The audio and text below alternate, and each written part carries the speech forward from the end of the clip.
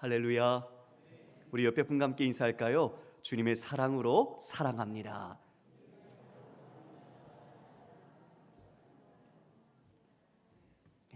한 주간 주 안에서 평안하셨습니까?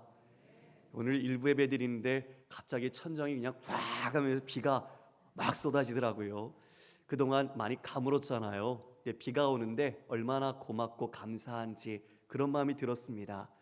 우리의 마음속에도 오늘 말씀을 통해서 또 주님의 은혜를 통해서 여러분에게 성령의 소낙비가 내렸으면 좋겠어요. 정말 주님이 메마르고 또 우리의 갈급한 심령 속에 하나님의 선하신 뜻 그리고 그 주님의 사랑이 여러분 마음속에 중심에 잘 박혀서 하나님의 은혜로 다시 일어나는 삶의 예배자, 은혜의 믿음의 예배자가 되기를 축원합니다. 오늘은 산상순 세 번째 시간입니다. 설교 제목은 율법의 참된 정신입니다. 율법의 참된 정신. 성도 여러분, 우리가 두 번째 시간 때 예수님께서 율법에 대해서 말씀하셨습니다. 나는 율법을 폐하러 온 자가 아니다. 이 모든 말씀을 어떻게 해요? 완전하게 하려 왔다라고 말씀해 주셨습니다. 1.1핵이라도 그것이 떨어지지 않을 것을 이야기해 주셨죠. 그러면서 이런 말씀을 해주셨어요. 서기관이나 바리새인들 그들보다 더 의가 낫지 않으면 결코 천국에 들어갈 수 없다. 참 그 말씀을 듣는 그 상황에 있던 사람들은 마음이 무거웠을 겁니다. 왜냐하면 바리새인과 서기관들은 가장 하나님을 잘 섬긴다고 인정받았던 사람들이었죠. 그런데 그들보다 더 낫지 않으면 천국에 갈 수 없다? 마음속에 얼마나 자괴감이 들었을까요? 그러나 주님은 그 의, 그 서기관과 바리새인보다 더 나은 의가 우리는 무엇인지 알고 있습니다. 그것은 바로 예수 그리스도의 의지요. 할렐루야. 예, 예수 그리스도께서 율법의 완성, 율법의 마침이 되심으로 우리를 그 안에서 의롭다, 믿음으로 말미암아 의롭다, 우리 이 백성 삼아 주셨습니다. 그러면서 오늘 말씀이 이제 이어지는데요. 오늘 말씀들은 율법에서 이야기한 것들에 대한 6가지의 반제라고 이야기합니다. 왜냐하면 옛사람 너희는 이렇게 들었다. 그러나 이러면서 예수님께서 새롭게 그 율법에 대한 계명을 재조명해 주시고 그 속뜻, 그 본질과 그 정신을 말씀해 주기 때문입니다. 문자, 형식, 겉모양에 갇혀있던 바리새인과 서기관, 그들은 율법을 가르치긴 했지만 실제적으로 본인들은 행하지 않았던 거죠. 그리고 자신들이 원하는 것에 따라서 여러 가지 내용들을 빼기도 하고 왜곡하기도 하고 과장하기도 하고, 그러나 주님은 율법의 수여자요, 율법의 최종 권위자로서 이 율법을 새롭게 그 참된 뜻과 핵심이 무엇인지 교훈해 주시는 겁니다. 옛사람 그들은 시내산에서 하나님께 주시는 십계명과 율법을 모세를 통해 받았다면 이제는 그 율법의 수여자이신 예수 그리스도께서 산에 앉아 그 제자들 무리에게 이와 같이 새롭게 그 율법의 깊은 의미를 전해 주십니다. 우리 그 말씀 속으로 함께 들어가 볼까요? 예, 우리 22절 말씀을 함께 읽어보도록 하겠습니다. 시작. 옛 사람에게 말한 바 살인하지 말라. 누구든지 살인하면 심판을 받게 되리라 하였다는 것을 너희가 들었으나 나는 너에게 이르노니 형제에게 노하는 자마다 심판을 받게 되고 형제를 대하여 나가라 하는 자는 공회에 잡혀가게 되고 미련한 놈이라 하는 자는 지옥불에 들어가게 되리라. 옛사람에게 말한 바, 이미 그들은 그 율법을 통해 아는 지식이 있었습니다. 살인하지 말라. 누구든지 살인하면 심판을 받게 되리라. 10계명에 있는 6계명의 말씀이죠. 지금 이처럼 누군가를 육체적으로 살인, 생명을 빼앗으면 그 사람 또한 생명을 빼앗기는 사형에 해당된다는 것을 그들은 알고 있었던 겁니다. 그런데 여러분, 지금 이처럼 어떤 한 문자에 그 내용이 갇혀 있어서 그 표면적인 것들만 하지 않으면 우리가 살인하지 않은 것이라는 것을 예수님은 오늘 그 속내를 들어서 이야기해 줍니다. 우리가 살인한다는 것은 무엇입니까? 외적으로 사람의 생명을 죽이는 것이지요. 그런데 그 죽이게 되는 원인, 동기, 이것들을 우리 주님은 오늘 말씀합니다. 그것이 바로 22절에 있는 말씀이에요. 여러분, 먼저 한 가지 제가 서두에 이야기를 하나 하고 들어가겠습니다. 율법에 대한 정의, 삼중적인 용법이 있습니다. 우리는 율법이 어떠한 기능을 하고 있는가? 첫 번째 기능은, 율법은 우리에게 죄가 무엇인지를 깨닫게 해줍니다. 정죄의 기능이 있는 거죠. 즉, 어떤 기준으로서 율법이 없으면 내 마음대로 살아도 다 선한 겁니다. 왜요? 내 기준이 선하다고 생각하니까요. 그러나 하나님은 이 율법을 통해 무엇이 선하고 무엇이 악한 것인지를 구별할 수 있도록 기준을 주신 것입니다. 바로 이것이 율법의 첫 번째 용법입니다. 이것을 정치적 용법, 그래서 죄를 범하지 않도록 만드는 것이죠. 두 번째는, 이 율법을 받았는데 이 율법으로 내 자신을 돌아보면 내가 율법대로 살지 못하는 겁니다. 그런 내 안에 죄의 모습, 그리고 그 죄의 모습을 벗어날 길이 없다는 내 자신의 연약함과 무능력한 모습을 보게 되는 거죠. 그래서 이것을 해결할 중보자가 필요하다. 이것을 해결해 줄 그리스도가 필요하다. 이것을 깨닫게 되는 것입니다. 이것이 두 번째 신학적 용법이라고 말합니다. 세 번째 기능은 무엇이냐면 바로 우리 성도들에게 해당될 수 있는 것이죠. 예수 생명으로 거듭난 사람들이 어떻게 이 삶을 살아야 하는가? 바로 율법은 새 생활의 규범으로서 하나님의 뜻이 무엇인지, 하나님의 성품이 무엇인지 담겨있는 그 율법을 통해 우리는 그 율법이 우리의 모든 성도들이 살아갈 지침이 된다는 것이죠. 이것이 우리에게 지금 적용되는 것입니다. 예수님은 이 서기관과 바리새인보다 더 나은 의가 없다면 결코 천국에 들어갈 수 없다고 하셨는데, 오늘 살인하지 말라, 또 우리가 이어볼 내용들을 통해서 우리가 거듭난 자로서 예수 생명으로 사는 자로서 어떻게 율법, 하나님의 말씀을 따라 살아야 하는지를 오늘 더 나은 의가 어떤 것인지 가르쳐 주시는 거죠. 곧 다시 정리하면 예수로 태어난 사람들이 이 땅에 살아가야 하는 진정한 모습이 어떻게 드러나야 하는지를 교훈해 주시는 겁니다. 우리가 살인, 이것은 우리가 알고 있는 법에서도 엄히 그것을 금하고 있습니다. 모든 나라마다 이 살인에 대해서는 엄격하게 규정하고 있지요.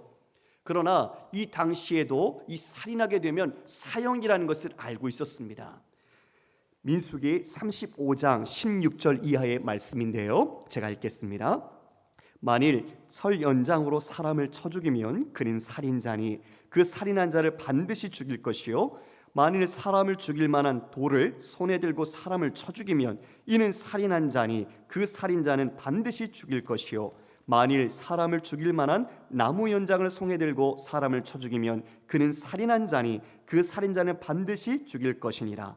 피를 보복하는 자는 그 살인한 자를 자신이 죽일 것이니 그를 만나면 죽일 것이요, 만일 미워하는 까닭에 밀쳐 죽이거나 기회를 엿보아 무엇을 던져 죽이거나 악의를 가지고 손으로 쳐 죽이면 그 친자는 반드시 죽일 것이니 이는 살인하였습니다. 피를 보복하는 자는 살인한 자를 만나면 죽일 것이니라. 민수기에 있는 율법의 말씀을 통해서도 이렇게 사람을 누군가 죽이면 그 죽인 자는 사형에 해당된다는 것을 천명하고 있습니다.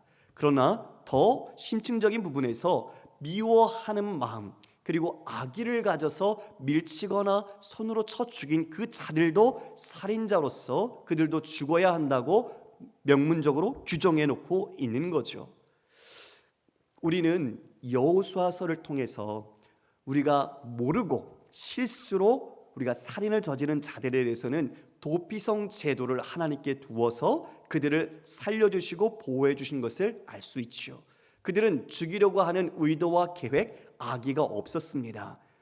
부지불식간 모르는 중에 그와 같이 다른 사람의 생명이 죽은 거죠. 그러한 자들은 이처럼 다시 보호해 주셨던 하나님, 그러나 의도적으로 계획적으로 누군가의 생명을 빼앗고 그리고 그 악의를 가지고 행한 자는 죽어야 한다는 것이 바로 율법이 말하고 있는 바였습니다. 우리 구주께서는 거기에 이와 같이 그 율법을 새롭게 재평가 재해석해 주십니다. 22절 말씀을 눈으로 보십시오. 나는 너에게 이르노니 형제에게 노하는 자마다 심판을 받게 되고 형제를 대하여 라가라 하는 자는 공회에 잡혀가게 되고 미련한 놈이라 하는 자는 지옥불에 들어가게 되리라. 여러분, 저를 보시겠습니까? 주님은 그 결과적인 외적인 행동으로 나타난 살인의 행위만을 살인으로 보지 않으셨습니다. 내적인 동기, 그것이 바로 형제를 미워하는 분노, 그리고 그 분노에서 더 나가서 형제를 라가라고 하는 히브리의 말의 욕설입니다. 우리의 말로 번역할 수 있으면 바보라고 말하는 것 같은 거죠. 그렇게 욕설을 퍼붓고 더 나아가서 미련한 놈이라고 멸시와 경멸하는 겁니다. 미친놈, 이런 모자란 놈, 이런 식으로 그 사람을 향하여 인격적인 살인과 모독을 하는 것. 처음에는 마음속에 분노를 품었습니다. 그것은 밖으로 드러나진 않았죠. 그런데 그것을 말로 표현하기 시작합니다. 라가라, 바보다, 멍청하다, 얼간이다. 그리고 더 나아갑니다. 멸시합니다. 경멸합니다. 미련한 놈이라고. 점차 우리 마치 한 씨앗이 심겨져서 그것이 싹이 나고 줄기가 나고 커가듯 우리 안에 있던 그 분노가, 그리고 말로, 욕설로, 그리고 그것이 인격적인 모독의 말과 형제를 정말 인격살인하는 그런 표현으로 나타나게 되는 거죠. 이것에 대해 상응하는 처벌도 달라집니다. 너희가 그와 같이 분노했을 때는 어떻게 된다고 말합니까? 재판에 처해질 것이다. 심판을 받게 될 것이다. 그런데 라가라고 욕설하는 자는 공회에 잡혀갈 것이다. 사내들인에 있는 중앙 법정이죠. 그 법정에 너희가 끌려가게 될 것이다. 그런데 형제에 대해서 미련한 놈이라고 이제 더 그를 경멸하고 모독하는 자는 어떻게 된다고요? 지옥불에 들어가게 될 것이다. 이 어미한 말씀이 여러분의 마음속에 느껴지십니까? 성도 여러분, 우리 주님은 그 겉모양 그리고 문자적인 형식의 내용을 이야기하는 게 아니라 그 마음 중심으로 이야기하는 겁니다. 그 마음이 형제를 미워하면, 형제에 대하여 미움과 분노로 욕설하면, 그리고 그들을 향하여 경멸하면 이것 또한 살인하는 것이다. 외적으로 우리의 손을 들어 그를 살인하지 않았지만 우리 안에 있는 이 살인의 동기가 우리 안에 자리하고 있다면 이것은 이미 살인을 행한 것이라고 구주께서는 말씀하신 겁니다. 성도 여러분, 작금의 현실을 보면 좀 많이 안타까움이 있어요.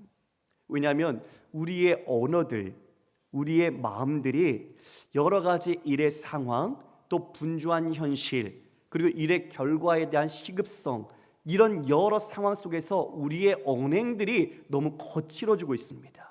우리의 인격조차도 너무 황폐해지면서 다른 사람에 대한 존중과 사랑과 그 관계를 우리가 높이지 않고 나 중심적으로 생각하기에 어떤 만족이 주어지지 않으면 우리 옆에 있는 사람일지라도 쉽게 우리가 악한 말을 쏟아냅니다. 여러분을 돌아보시겠습니까? 저도 직장에서 그랬습니다. 방송 생활할 때 많은 욕들을 합니다.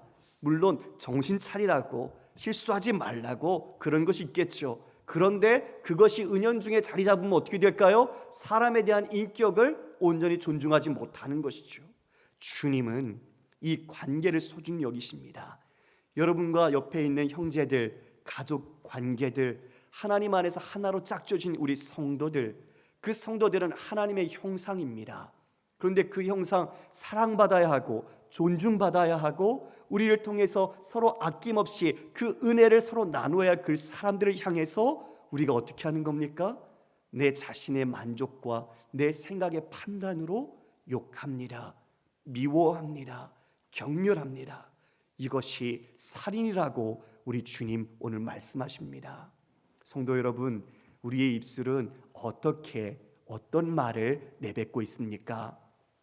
요즘 우리 청년들, 특별히 학생들을 봐도 너무 마음이 아픕니다. 그냥 버스를 타고 갈 때 청년들끼리 편하게 친한 친구 사이인데 이야기하는 것을 보면 그 안에 욕이 안 담겨 있는 게 별로 없어요. 그냥 일반적으로 욕들이 난무합니다. 너무 마음이 아파요. 어떻게 될까? 그 말은 곧 그 사람의 인격이고 그 사람의 안에 있는 것이 바깥으로 표현되는 것인데, 지금 우리의 젊은 다음 세대들 새싹들이 사용하는 언어와 단어들이 거칠고 상처 주고 서로의 관계를 깨는 그런 아픈 말들이 너무나 많이 지금 내뱉어지고 있다는 겁니다. 살인이라는 것이 우리가 누군가를 죽인다는 것, 그것이 우리 안에서의 어떤 인격적, 감정적, 어떤 영적인 이런 관계를 파괴하는 것도 살인이라는 것을 우리는 분명히 인식해야 할 것입니다. 그래서 주님은 23절에 예배와 관련해서도 그 관계를 회복하라고 먼저 이야기해 주고 계세요. 23절 24절 말씀입니다. 그러므로 예물을 제단에 드리려다가 거기서 내 형제에게 원망들을 만한 일이 있는 것이 생각나거든 예물을 제단 앞에 두고 먼저 가서 형제와 화목하고 그 후에 와서 예물을 드리라. 예물을 드린다는 건 예배를 드리는 거죠. 지금 우리처럼 예배를 드리러 나오는 겁니다. 그런데 무엇이 생각났습니까? 내가 누군가에게 원망들을 만한 일을 한 겁니다. 잘못을 한 거죠. 내가 그 사람에게 상처를 주든지 그 사람의 마음을 아프게 했든지 우리가 그런 일이 생각이 나면 어떻게 하라고요? 예물을 드리기 전에 먼저 가서 그들과 함께 어떻게 해요? 화목한 후에 와서 예물을 드리라고 말하고 있습니다. 여러분, 구주께서는 지극히 작은 자 하나에게 한 것이 곧 내게 한 것이라고 말씀하셨습니다. 우리가 이 예배당 안에서만 서로를 예우해주고 존중해주고 서로를 배려하는 것, 그것뿐만 아니라 이 예배당을 벗어난 삶의 모든 예배에서 우리가 약자, 그리고 소외된 자, 우리가 보기에 정말 연약한 자들, 그 한 사람 한 사람이 바로 예수님을 향하듯 우리가 행해야 되는 사람이라는 것, 그래서 그를 향한 마음이 우리가 곧 그리스도를 향한 마음으로 함께 되어지고 그것을 주님은 보신다, 그것을 주님은 아신다, 이렇게 이야기하고 있는 겁니다.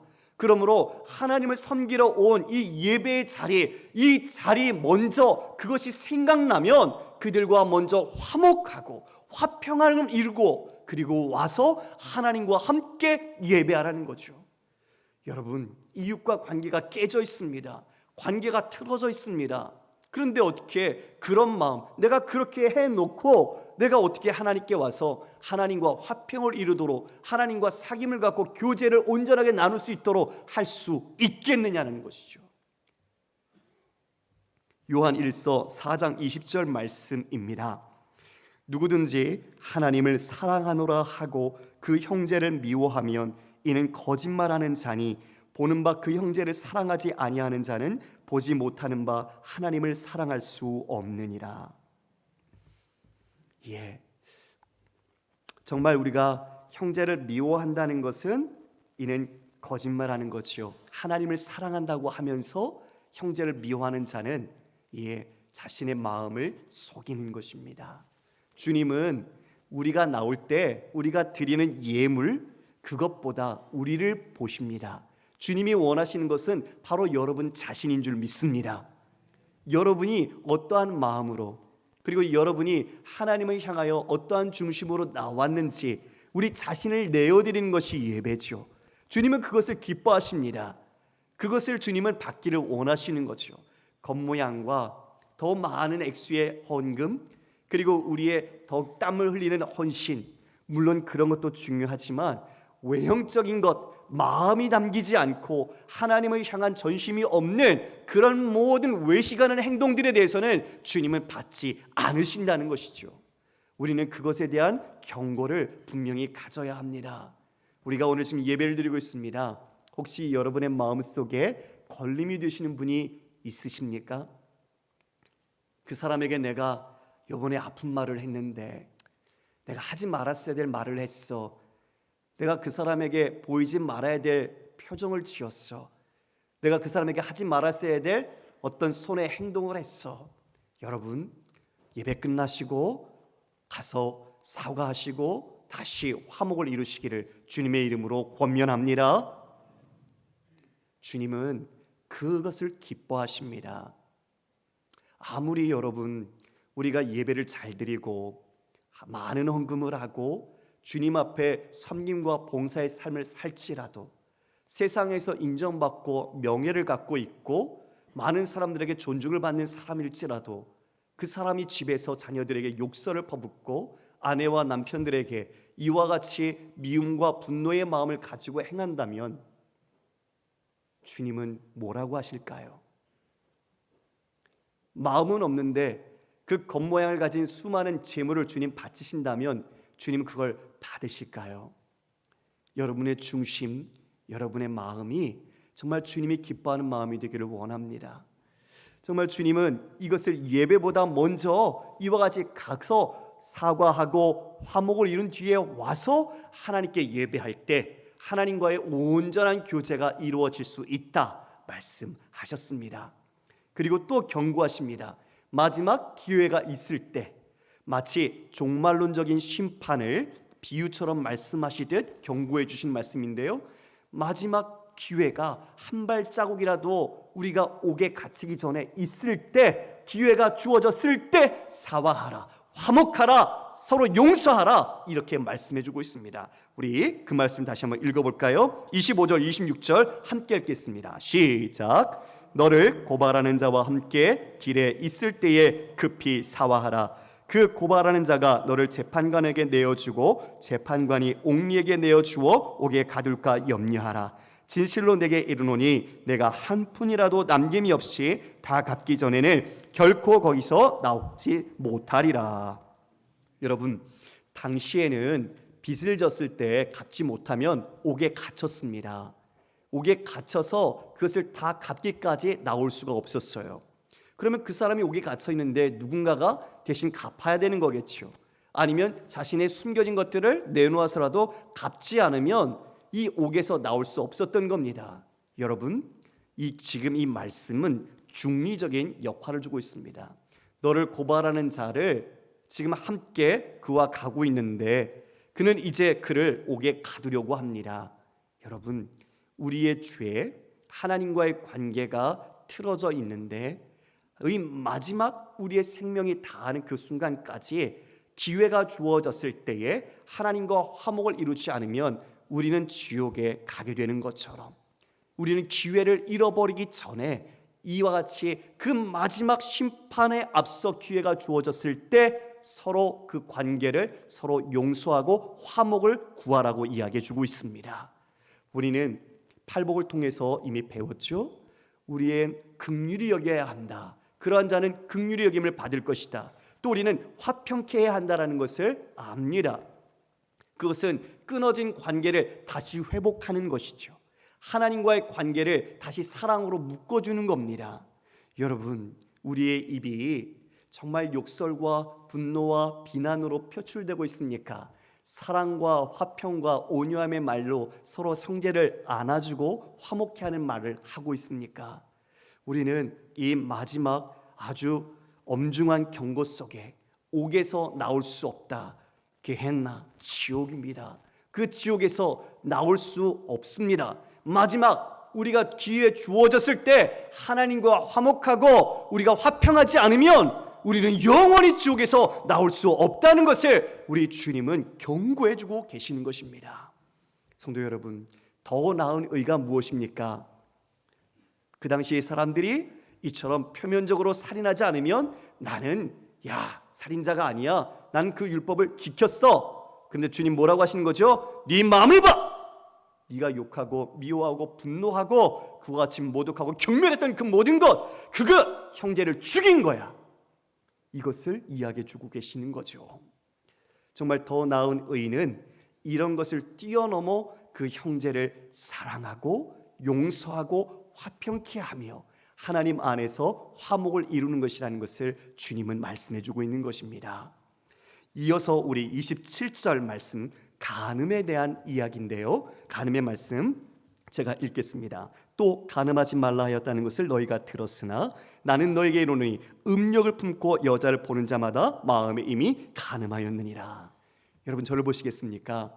간음은 결혼한 사람이 다른 배우자 외에 다른 이성과 함께 성적인 관계를 갖는 것을 간음이라고 합니다. 그 간음은 그 당시의 법에 따라서 돌로 맞아 죽어야 했습니다. 그것은 그 부부 사이가 하나님께서 짝져주신 한 몸이라는 관계를 깼기 때문입니다. 아까도 우리가 살인과 관련해서 관계 이야기를 했었죠. 살인은 사람과 사람, 하나님과 사람, 그 사람의 모든 회복의 기회를 뺏어버리는 겁니다. 더 이상 회복할 수 없도록 뺏어버리는 거죠. 그러나 지금 이 간음은 이 부부 사이에 하나님 안에서 약속으로 지어져 한 몸이 됐는데 우리 그 사람이 다른 여인이나 다른 남편을 보고 이와 같이 자신의 음탕한 눈으로 자신의 음욕을 품은 마음으로 그를 바라본다면 이미 그것은 네 마음속에서 마음의 간음을 범했다 말씀하시는 겁니다. 주님은 더 깊은 속뜻을 이야기해 주셨습니다. 참 이 말씀 앞에 마음이 괴롭습니다. 여러분 지금 얼마나 우리는 SNS나 또 우리 컴퓨터를 하면서 인터넷을 통해서 얼마나 음란한 것들을 많이 접하게 됩니까? 광고물들도 그렇고 오는 게시물들도 그렇고 우리가 보고 있는 여러 가지 짧은 영상들 속에서도 그런 이슈들로 사람들의 주목을 끌고 더 많은 사람들을 끌어모으려고 하는 것들이 얼마나 많이 시도되고 있습니까? 우리는 은연중에 모르는 사이에도 그냥 그것을 보게 되고 그 마음속에서 우리가 유혹을 받기도 하고 우리가 넘어질 때도 있는 것을 보게 되지 않습니까? 이 사회가 너무나 그런 부분에서는 안타깝습니다. 원조이라고 하지요. 하룻밤을 즐기는 그런 모습 마음속에서 이 세상에선 성 개방과 성적인 문란함 속에서 더 많이 도취되어 자신이 그와 같이 범죄하고 있다는 것을 알지 못한 채 자기네 것을 자기의 마음대로 쓰려고 하는 그런 무분별하고 잘못된 모습들이 많이 나타나고 있습니다. 여러분 우리의 몸이 내 것입니까? 우리의 몸은 예수님의 것인 줄 믿습니다. 우리는 주님께 바쳐졌으며 주님께서 우리를 사신바 되었습니다. 그런데 내 몸이라고 내 마음대로 내 뜻대로 할 수 있다고 하면서 내 마음대로 자신의 성적인 것을 즐기고 물러나게 행하고 이 사회 속에서 청년들이 그와 같이 죽어가고 있습니다. 너무나 마음이 아픕니다. 어떻게 다시 회복해야 할까요? 어떻게 다시 일으켜야 할까요? 주님밖에 없는 줄 믿습니다. 여러분 우리의 마음을 주님께로 온전히 고정합시다. 무릇 지킬 만한 것 중에서 더욱 내 마음을 지키라. 이에서 생명의 근원이 난다 말씀하셨습니다. 우리의 마음이 이 세상의 여러 가지들이 유혹하며 우리를 실족하게 만들려고 합니다. 실족하다는 단어가 스칸달리조라는 단어입니다. 스캔들이라는 단어 아시죠? 예, 나로 인하여 누군가를 걸려 넘어지게 하는 겁니다. 범죄하게 하는 겁니다. 우리가 그래서는 안 되잖아요. 우리의 모습이 세상의 빛이요 소금이라고 하셨는데 우리가 그와 같이 비추고 부패하고 썩는 것들을 막아야 하잖아요. 그런데 우리가 만약 그렇게 범죄하고 우리가 그들을 실족하게 한다면 얼마나 우리가 당할 죄 벌이 심하겠습니까? 주님은 그걸 지금 말씀하는 겁니다. 너희들은 예수의 의로 더 나은 의로 살아야 하는 그런 백성이다. 그들은 외적인 모습만이 아니라 행위만이 아니라 너희의 마음의 순결함, 마음의 순수함을 이와 같이 믿음으로 지켜야 한다는 것을 이야기해 주는 거죠. 마치 윤동주의 서시처럼 잎새에 있는 바람 하나에도 괴로워하듯이 하나님 앞에 내 믿음을 온전히 순전히 드리기 위하여 몸부림치는 바로 그러한 신앙의 노력, 신앙의 애씀이 우리 안에 있어야 하는 것입니다. 29절 30절을 보면 조금은 섬뜩합니다. 너무 과장되어 예수님께서 충격적으로 말씀하신 것 같습니다. 만일 내 오른 눈이 너를 실족하게 하거든 빼어내버리라. 내 백체 중 하나가 없어지고 온몸이 지옥에 던져지지 않는 것이 유익하며 또한 만일 내 오른손이 너로 실족하게 하거든 찍어내버리라. 내 백체 중 하나가 없어지고 온몸이 지옥에 던져지지 않는 것이 유익하니라. 오른 눈을 빼버리고 오른손을 찍어버리라고 말씀하십니다. 상당히 과격한 말이죠. 그런데 여러분, 이 눈을 뽑고 손을 자른다고 마음의 죄의 동기가 사라집니까? 여러분 그렇습니까? 마음의 죄는 있습니다. 뭘 하라는 거죠? 간음을 하는 동기, 우리가 죄를 지으려고 하는 동기를 차단하라는 겁니다. 여러분이 넘어지는 죄악들 마음속에 있을 겁니다. 자주 그 연약함 속에서 그것에만 되면 내가 넘어지는 것들이 있습니다. 죄악의 경향성, 죄악의 패턴들이 우리 안에서 늘 삶 속에서 그 자리에서 다시 넘어지는 내 자신의 모습을 보게 됐습니다. 여러분, 그걸 제거하라는 겁니다. 그러한 죄에 유혹받지 않도록 그러한 동기들, 그러한 수단들을 제거하라고 하는 것입니다. 여러분, 이것에 여러분이 정말 결심하고 자신 안에 어떠한 죄와 경향성으로 넘어지는지 보시고 그것들을 찍어내십시오. 기도하시고 성령의 도움을 구하시고 내 연약함을 맡기시고 내가 다시 그런 자리에서 넘어지지 않도록 주님 나를 붙들어 달라고 기도하십시오. 맞서 싸워야 합니다. 제거해야 합니다. 주님은 충격적인 과장된 이야기지만 우리가 그와 같이 죄에 빠져서 죽지 않고 생명 가운데 나갈 수 있도록 말씀하여 주고 있습니다. 31절 말씀, 32절 우리 함께 읽어볼까요? 시작. 또 일러스되 누구든지 아내를 버리려거든 이혼 증서를 줄 것이라 하였으나 나는 너에게 이르노니 누구든지 음행한 이유 없이 아내를 버리면 이는 그로 간음하게 함이요 또 누구든지 버림받은 여자에게 장가드는 자도 간음함이니라. 신명기서에 말씀하고 있는 모세의 내용을 가지고 이혼 증서를 이야기해 줬습니다. 여러분, 당시에 여인들은 개인의 소유물처럼 취급당했습니다. 경제적 사회적 지위가 없었습니다.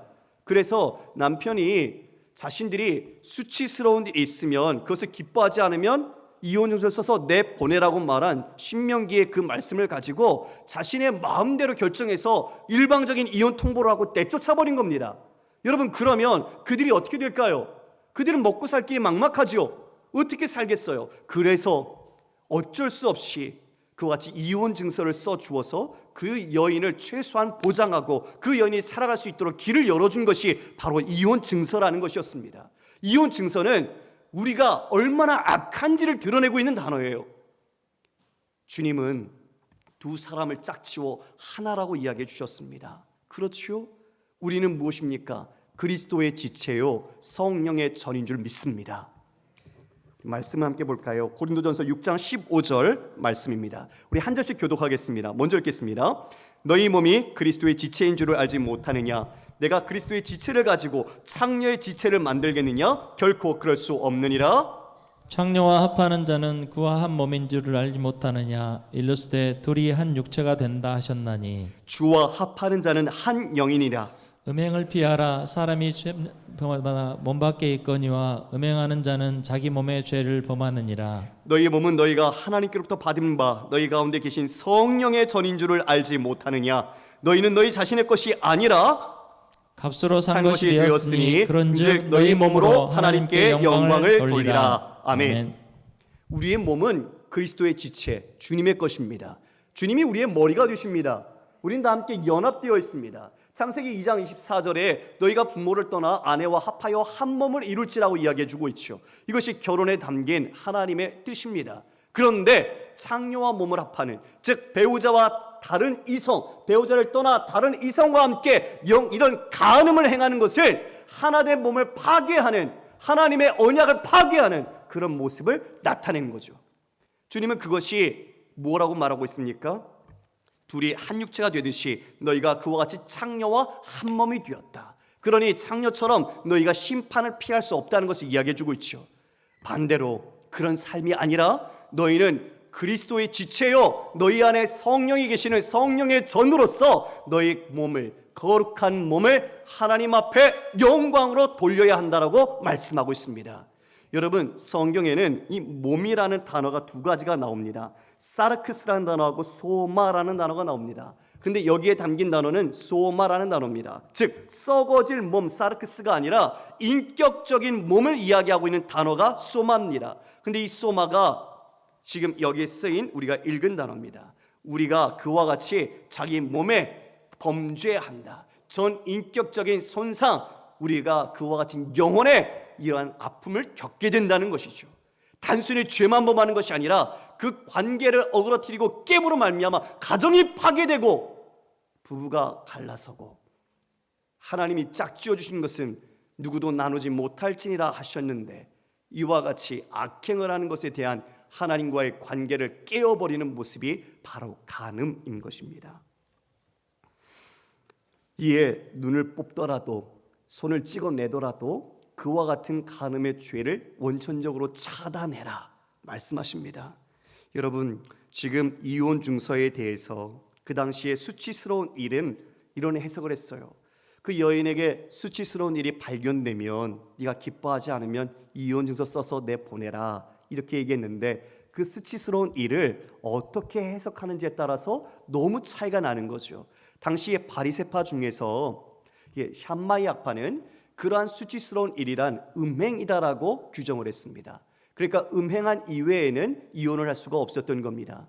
그러나 바울이 함께 공부했던 힐렐 학파, 이 학파는 좀 자유적인 그런 성향을 갖고 있는 학파인데, 그 학파는 심지어는 여인이 밥을 태워도 그것이 이혼 사유가 된다고 했습니다. 그러니까 그러한 것도 이혼 사유가 되면 남편이 어떻게 보느냐에 따라서 이혼을 마음대로 할 수 있었겠죠. 예수님은 지금 아니다라는 겁니다. 너희들이 그와 같이 마음대로 이혼 증서 써서 이혼하면 너희들이 다 되는 줄 알고 그것이 적법한 건 줄 알고 있지만 아니다라는 겁니다.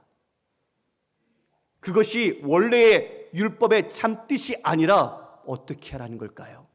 보호해라, 사랑해라, 책임져라, 함께해라, 이것을 말씀하고 있습니다. 할렐루야.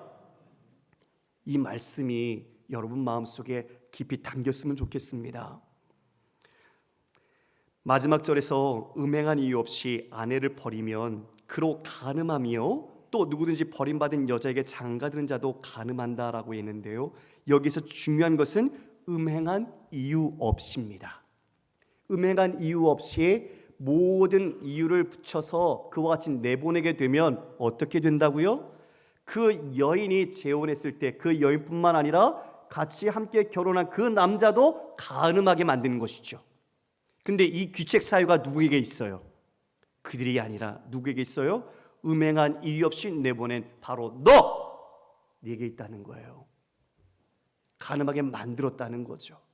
그러니 그 여인에 대하여 소중히 여기고 그 여인을 아낄 것을 이야기해 주고 있는 겁니다. 여러분, 음행한다고 해서 자동적으로 이혼이 되는 게 아닙니다. 착각하면 안 돼요. 음행했을 경우에는 이혼할 수 있도록 허락은 됐습니다. 그러나 그것이 자동적으로 다 이혼해야 된다는 것을 말하는 것이 아니에요. 그러면 여러분, 우리는 어떤데요? 여러분, 우리가 하나님과 갈랐었던 자 아닙니까? 우리가 영적 간음을 범한 자 아니었습니까? 성경을 보십시오. 하나님 너의 다른 신을 두지 말라라고 했는데 우리가 얼마나 수많은 신을 두고 삽니까? 내 마음속에 얼마나 우상단지입니까? 얼마나 많은 것들을 하나님보다도 의지하고 삽니까? 우리는 영적 간음자, 너는 사형!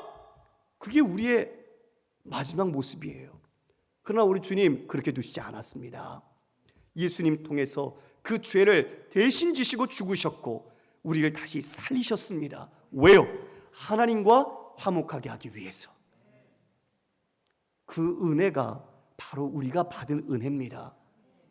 정죄하라고, 멸시하라고, 그 관계를 깨라고 하는 게 아닙니다. 그런 일은 없어야겠지요. 그런 일이 있어서는 안 되겠지만 만약 여러분의 가정과 그런 삶에 이런 일이 있더라도 여러분, 우리는 가정을 깰 이유를 찾는 것이 아니라 가정을 다시 회복해야 할 이유를 찾아야 합니다. 다시 회복하고 다시 화평하고 다시 평강을 이룰 수 있도록 우리는 최선의 노력을 다해야 합니다. 이것이 하나님의 뜻입니다. 골백번 내 자신을 봐도 오늘 살인하지 말라, 간음하지 말라 앞에서 결코 의롭지 않다는 것을 주님 앞에 고백하게 됩니다.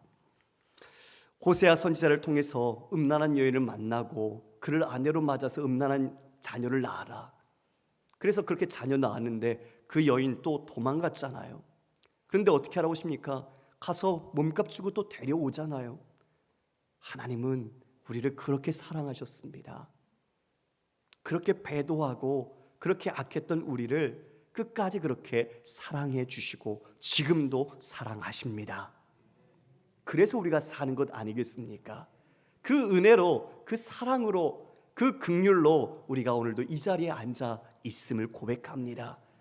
주 안에 사랑하는 성도 여러분, 우리 그리스도인은 예수 그리스도가 우리의 기준입니다. 사회법보다도 우리는 더 상위하고 더 높은 하나님의 말씀을 지켜야 하는 사람들입니다. 단순히 사회법 정도로만 우리가 살아가는 것이 아니라 그것을 넘어 하나님이 오늘 주시는, 예수 그리스도 통해 주시는 그 율법의 참된 정신, 그 본질을 지켜야 하는 바로 그리스도인입니다. 우리를 주님께서 정말 그 보혈과 그 의로 우리를 새롭게 생명 주시지 않았다면 우리는 결단코 이 생명과 이 의를 받을 수가 없는 존재죠. 우리를 부르셔서 거룩의 길을 향하여 걸어가게 하십니다. 그 거룩의 길을 어떻게 가라고 하십니까? 새 계명을 주셨습니다. 내가 너희를 사랑한 것 같이 너희도 서로 사랑하라. 이로써 모든 사람이 너희가 내 제자인 줄 알리라. 내가 너희를 사랑한 것 같이는 이 예수님께서 자기 생명 버려 우리를 사랑하시는 것을 말하겠지요. 그러나 그것을 의무로 말한 겁니까? 의무이기 전에 그 사랑한 것 같이 안에는 우리가 그 사랑을 받았다는 것이 전제되어 있습니다. 그 사랑으로 사랑을 알았고 그 사랑으로 하나님을 우리가 알게 되었고 그 사랑으로 우리는 새 생명 가운데 살아가는 존재가 되었다는 것입니다. 성도 여러분, 우리는 그 거룩을 향하여 오늘도 나아갑니다. 이 길이 성화의 길이죠. 우리 인간적인 어떤 도덕, 윤리, 우리의 가능성을 개선해서 만드는 것이 아니라 우리가 예수로 거듭나서 새 생명으로 완전히 새로 태어나서 하나님의 열심과 의지로 우리를 그렇게 만들어 가십니다. 그 손안에 여러분이 있음을 감사하시고 다시 한번 우리가 넘어지고 우리가 쓰러졌을지라도 보이지 않는 주님의 손길, 우리를 붙잡고 계시는 하나님의 은혜의 손길을 의지하여 믿음으로 일어나 예수의 의, 이 바리새인과 서기관보다 더 나은 의, 그 의를 따라 믿음으로 주님과 뚜벅뚜벅 걸어가는 우리 사랑하는 성도님 되시기를 주님의 이름으로 축원합니다. 다 같이 일어나겠습니다.